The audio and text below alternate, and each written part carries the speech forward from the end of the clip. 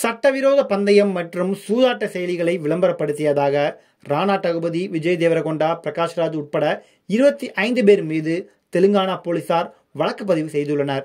இது குறித்து விளக்கம் அளித்துள்ள பிரகாஷ்ராஜ், 9 ஆண்டுகளுக்கு முன்பு நான் செய்த தப்பு என மனம் வருந்தி பேசியுள்ளார். சூதாட்ட செயலி விளம்பரத்தில் நடித்து மக்களை தவறாக வழிநடத்தியதற்காக நடிகர்களுக்கு எதிராக தொழிலதிபர் புனித்ராஜ் சர்மா குற்றம் சாட்டினார். மேலும் பண தேவை உள்ள பலர் நடிகர்கள் இந்த விளம்பரத்தில் நடித்திருப்பதால் அவர்கள் சொல்வதை உண்மை என நம்பி கஷ்டப்பட்டு உழைத்த சம்பாதித்த பணத்தை இதில் இழந்து விடுகிறார்கள்.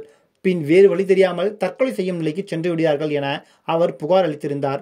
புனித்ராஜ் சர்மா அளித்த புகாரின் அடிப்படையில் சூதாட்ட செயலி விளம்பரத்தில் நடித்த நடிகர்கள் மீது தெலுங்கானா போலீசார் வழக்கு பதிவு செய்தனர். புகாரின் அடிப்படையில் விஜய் தேவரகொண்டா, ராணா டகுபதி, பிரகாஷ்ராஜ், மஞ்சுலட்சுமி, நிதி அகர்வால், வர்ஷினி சௌந்தர்யா என 25 பேர் மீது போலீசார் வழக்கு பதிவு செய்துள்ளனர். இணையத்தில் விஸ்வரூபம் எடுத்திருக்கும் இந்த பிரச்சனையில் பிரகாஷ்ராஜ் பெயரும் அடிபட்டுள்ளதால் அவர் அது குறித்து தனது எக்ஸ்தல பக்கத்தில் வீடியோ வெளியிட்டு விளக்கம் கொடுத்துள்ளார். அதில், நான் பெட்டிங் ஆப் விளம்பரத்தில் நடித்தேன்.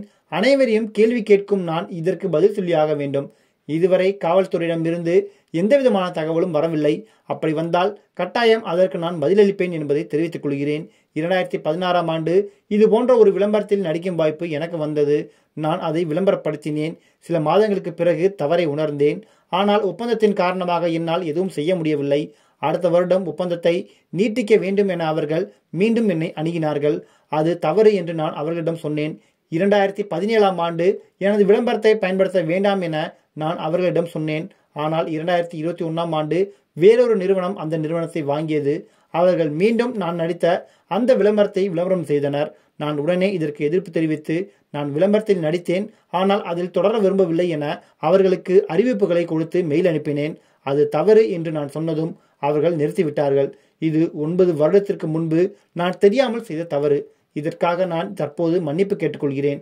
தயவு செய்து இளைஞர்கள் இது போன்ற சூதாட்ட செயலியை பயன்படுத்தி பணத்தை இழக்க வேண்டாம் என்று கேட்டுக்கொள்கிறேன் என நடிகர் பிரகாஷ்ராஜ் அந்த ஒரு வீடியோவில் பேசியுள்ளார். பிரகாஷ்ராஜ் பேசியுள்ள அந்த ஒரு வீடியோ தற்போது சமூக வலைதளங்களில் வைரலாகி வருகிறது.